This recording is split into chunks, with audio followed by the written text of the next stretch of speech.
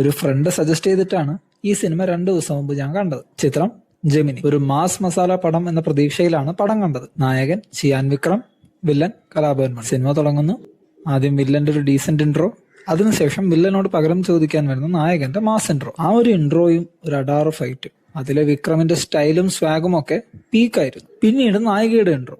അവിടെ മുതൽ പടം ഗാങ്സ്റ്റർ മോഡ് വിട്ട് ഒരു ഫുൾ ഓൺ റൊമാൻസ് മോഡ് പടമാവുന്ന പോലെയാണ് എനിക്ക് തോന്നിയത്. കാരണം ഇതിൽ നായകനും വില്ലനും തമ്മിൽ ഒരു ഹെവി ക്ലാഷ് വരുന്നത് ക്ലൈമാക്സിൽ മാത്രമാണ്. അതിനു മുമ്പ് അല്ലറ ചില്ലറ ഗുണ്ടാ സെറ്റപ്പും ലവ് സോങ്സും ഒക്കെയാണ്. ആ ഒരു ഗ്യാപ്പിൽ എവിടെയും തന്നെ നായകനും വില്ലനും തമ്മിൽ നമ്മളെ പിടിച്ചിരുത്തുന്ന രീതിയിലുള്ള ഒരു ക്ലാഷ് വരുന്നില്ല. ഞാൻ ഓവർ എക്സ്പെക്ടേഷൻ വെച്ച് കണ്ടതുകൊണ്ടാവാം എനിക്ക് പേഴ്സണലി ഈ ഒരു സിനിമ ഒരു ആവറേജ് അനുഭവമാണ് നൽകിയത്. പക്ഷെ അക്കാലത്തെ ചിയാൻ വിക്രമിന്റെ സൂപ്പർ ഹിറ്റ് ചിത്രമായിരുന്നു ജെമിനി എന്ന ഈ സിനിമ. ഈ സിനിമയിൽ കലാഭവൻ മണിയുടെ പെർഫോമൻസ് ഒരു രക്ഷയുമില്ല. ഒരുപക്ഷെ വിക്രമിന് മുകളിൽ സ്കോറിംഗ് കിട്ടിയ ഒരു പെർഫോമൻസ് ആണ് ഈ സിനിമയിൽ കലാഭവൻ മണിയുടേത്.